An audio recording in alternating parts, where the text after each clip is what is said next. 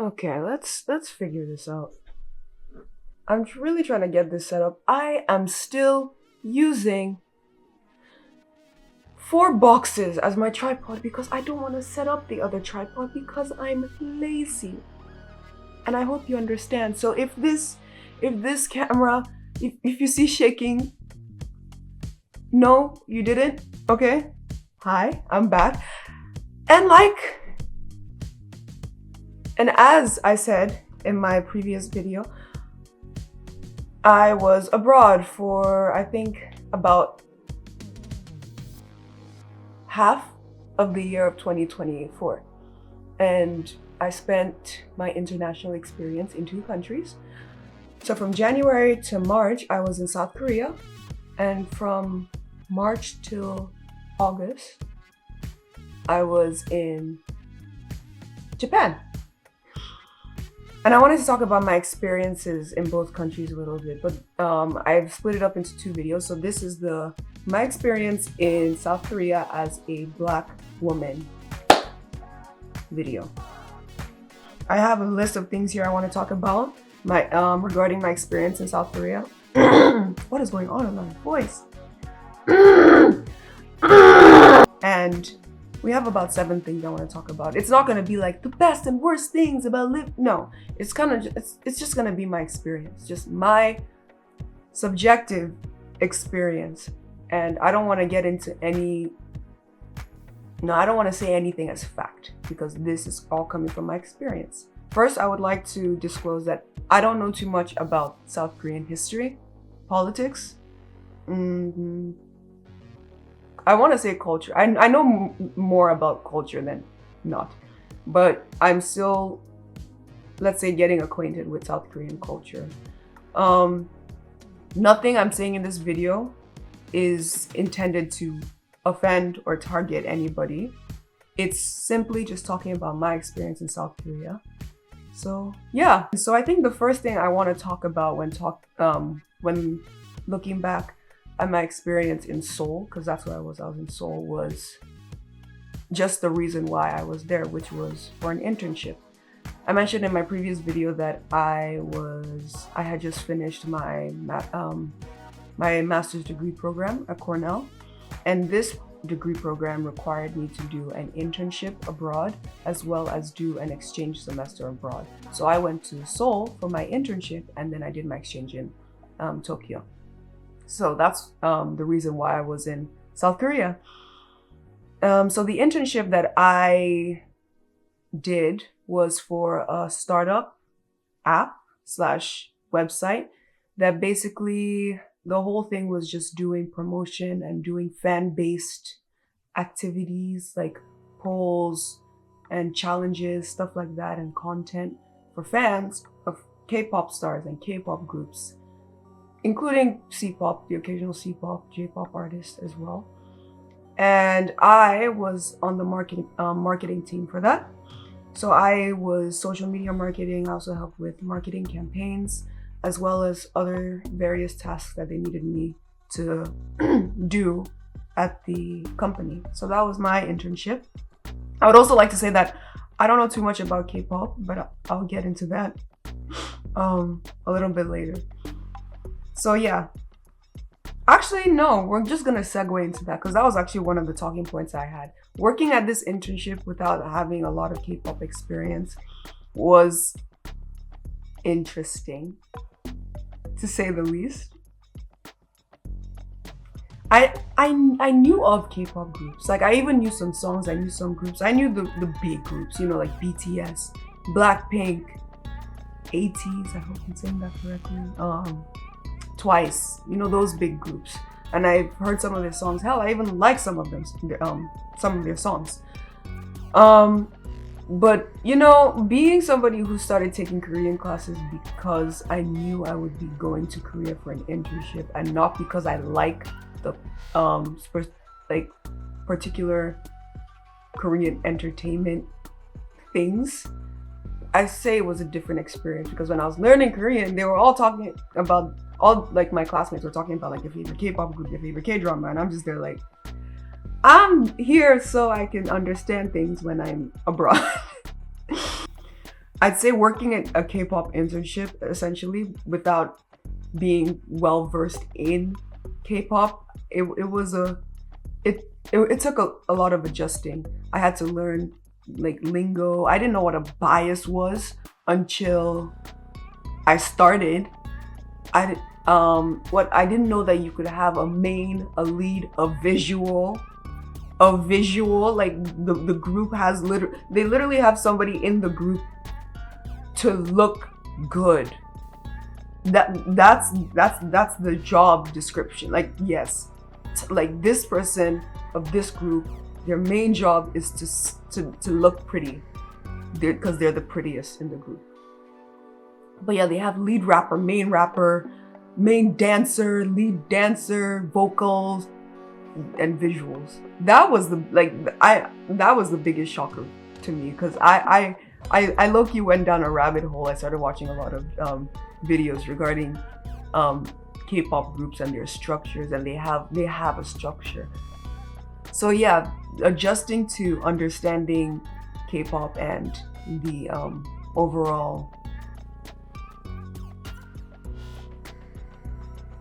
structure of how it works was, I'd say, the most difficult part, because the marketing is fine, and understanding how to market to a demographic that you've never marketed to before that was honestly easier than understanding just how intricate a lot of these groups are. And these groups can get big. You could have between like 4 to 27, 37. I don't even know the largest group, but you could have like dozens of members within a group as well. It gets pretty complex. And then in those big groups, they have like subgroups. It's a whole community. It's so interesting, actually, now that I think about it. I haven't really thought about this in a year. But yeah, so that was just my experience understanding K-pop and basically the structure around that, and how quickly these groups churn out content and songs. It seems like every other week there's a new song, comeback. I also learned what a comeback was. I did not know what that was. Comeback, new thing that they're doing, new collaboration with something new, brand ambassador. And when you're getting all this information handed to you and you're trying to figure out how to incorporate this into just the work that I was doing as an intern there, it gets a little complicated, because now it's like each group had its own different thing that I had to focus on, essentially, for each group when it came to marketing that group and interacting with fans in that group. Speaking of the fans that the app was catered to, I've worked with a lot of people in different industries and different aspects of life. Nice people, mean people, old people, young people, broke people, rich people. I can say with 99.9999999% confidence that K-pop fans are the most ruthless fans you will ever meet. Because the way that they attacked me, if I spelled a name wrong, just like as a typo, because my laptop had autocorrect, so sometimes it would autocorrect the name. If they would they would curse my family, essentially. They would send death threats. I've never been so traumatized by the way people have acted to a typo. People have reacted to a typo. And I don't think I'll ever feel as anxious and paranoid as I did dealing with K-pop fans and users of the app. Learning things during my internship, the last person I would ever want to piss off is a K-pop fan by attacking one of their biases. Yeah, it was the internship. Also, I guess the second thing kind of ties into the internship and my experience working with K-pop marketing, social media marketing, as well as like campaign strategy, is the work culture in South Korea. If you are not used to having an intense work schedule in the United States, but you want to work somewhere like in East Asia where the work culture is way more intense and people work very long hours, I would suggest you build up your tolerance while you're in the United States or wherever else you are, that you have a lenient work schedule. Because I was already in an environment, i.e. Cornell, where nobody has work-life balance, I'd say it was actually not as intense of a switch, and it wasn't as intense of a work schedule for me because of my experience attending a very rigorous school. But I would say that I did work overtime way more than I expected I would have to. But in an industry like K-pop that is constantly churning out content and just constantly just rolling, I'd say it'd be pretty difficult to not work overtime if you want to be a successful K-pop app, K-pop group, or really anything, especially in an environment like South Korea. So that wasn't really my experience as a Black girl. That was just my experience working for a South Korean K-pop company. But I'd say that something that I did experience because of my race was a lot of staring. There was a lot of staring. But I already expected it because I watched quite a few videos of Black women talking about their experience, either living in South Korea, visiting South Korea, dating the South Korean, I needed to prepare myself. It really didn't bother me. I'm confident, I'm Black. What do you want me to do with that? I can't not be Black. So if I'm being stared at for something that I can't control, what can I do? So yeah, maybe I didn't really help because, fashion trends in Korea are basically Bible. So I didn't know the fashion trends. And this was wintertime and everyone's wearing a National Geographic coat or a North Face coat or a black coat or, those like tuxedo coats, what are they called? They look like really big blazers, basically. Those like European style coats. And they only wear like black, maybe brown, and maybe a cream colored coat. Nobody really wore colors while I was there. So a Black girl that's 5'8", I'm already gonna stand out basically. But what made me stand out more is that I wore a bright silver coat that was highly reflective. Something I also noticed is that when it came to staring, younger generations didn't care that much. Yeah, there'd be like people of my generation and around my generation that would stare, of course, but they cared less. I'd say theirs were like, oh, Black person, and then just like, or they just didn't look at all because people have things to do in South Korea. Obviously, look at their work culture. But I'd say a lot of the stares came from the older generations, which it's fine. So yeah, that was staring. Now we're gonna get into something that I wanted to talk about, which is hospitality. I didn't know how to categorize this, but this is just something I noticed is that if I'm going to, for example, the gym, and I did sign up for a gym where I was staying in Seoul, going to a gym or going to like a cafe or a store, a place that I had to stay in for a little bit while to enjoy the services that the location provided, I noticed something odd, specifically at this gym. Maybe it's all in my head. Maybe I'm overreacting and I'm just so self-involved that I think everything is about me. But I just find it a little bit odd that whenever I went to the gym, when I stepped in to the gym to work out, they would be playing, just regular K-pop. Usually it's K-pop music.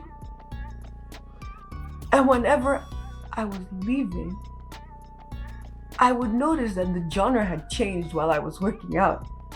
And tell me why it's all like Destiny's Child, DMX, Kendrick Lamar, Drake, ASAP Rocky, Rihanna, Beyonce, Doja Cat, Megan Thee Stallion. I love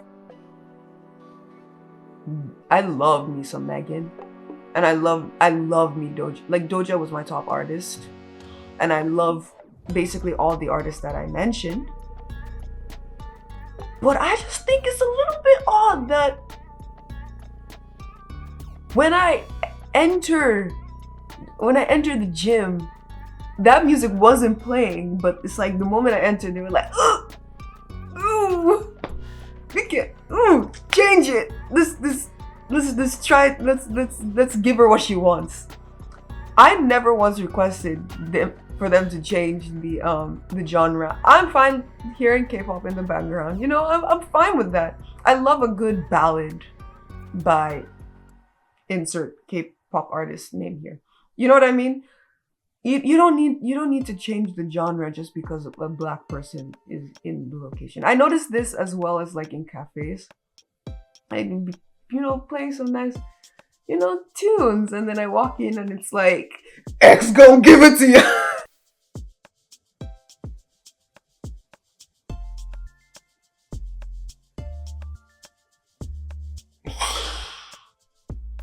I was fine listening to K-pop and J-pop. You don't need to play Bitch Better Have My Money. But I appreciate the effort. Something else that I wanted to talk about is the food. The food hits.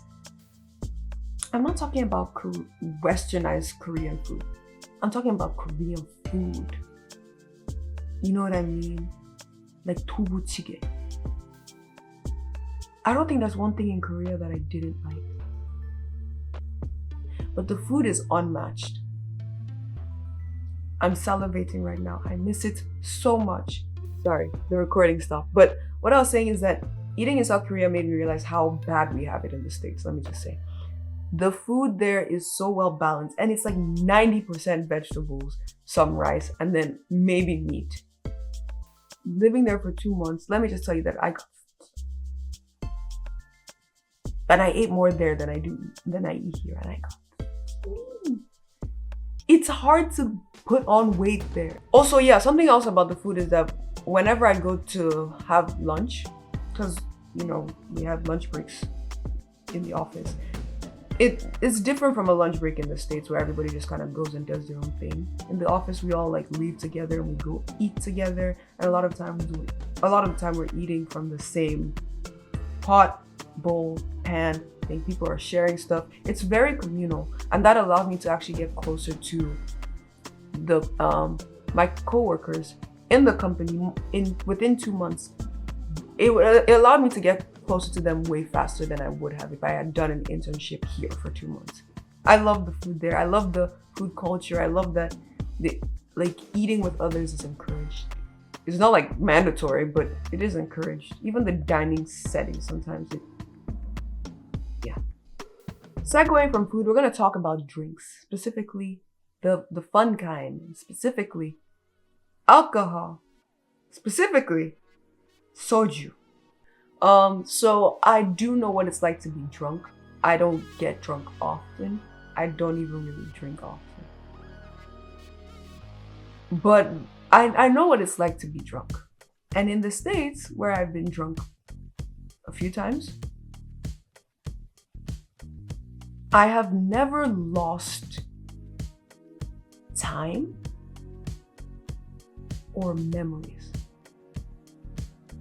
But when I would drink Soju in South Korea,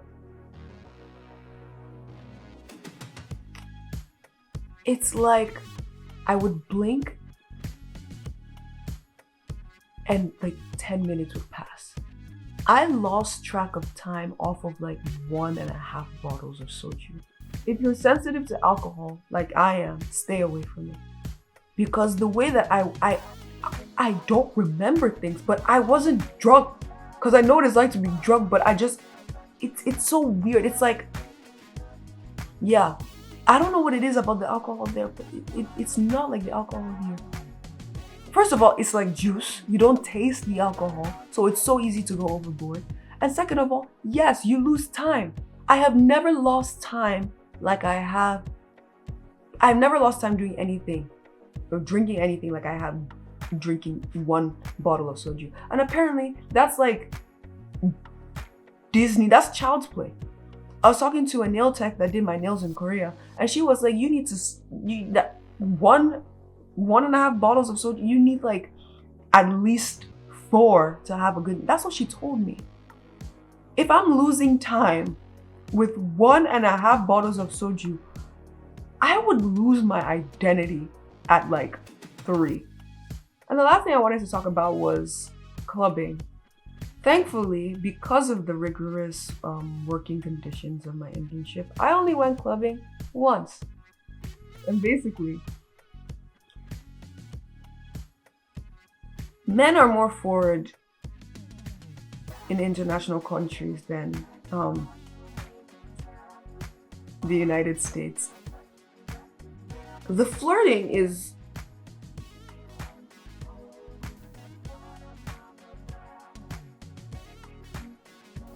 I don't even know if it was because I was a black girl or not. I couldn't tell you, bro. But like, I'll tell you that I would just like be walking, minding my own business, and then a man would just come in front of me and just stand there and like completely block me off from my like line, like my where I was intending to go to try and have a conversation with me.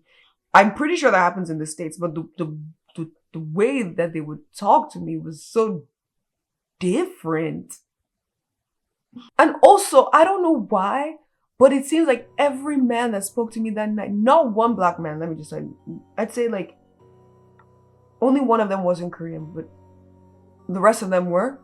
And I'll tell you right now that they all had black scents for some reason. This being the reason, obviously. But yeah, that was my experience. I didn't go clubbing enough times to really in South Korea to give you a really detailed description of my time there. I went clubbing more times in Tokyo, and I'll talk about that. But yeah, it was just different. And a lot of them had black scents when they spoke to me. They would try to like feel me out. They'd be like, hey, yo, girl. One guy said, I saw you from a mile away. The room was like 30 feet long. Like, what are you talking about? He said, I could feel your vibe, and I feel like we have something going on, girl.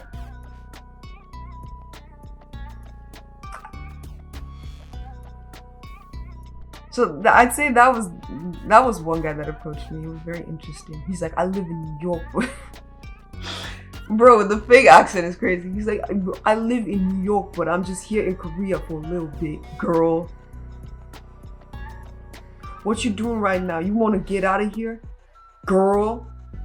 I said, nothing. He's like, okay, fine. Can I get a kiss though? No!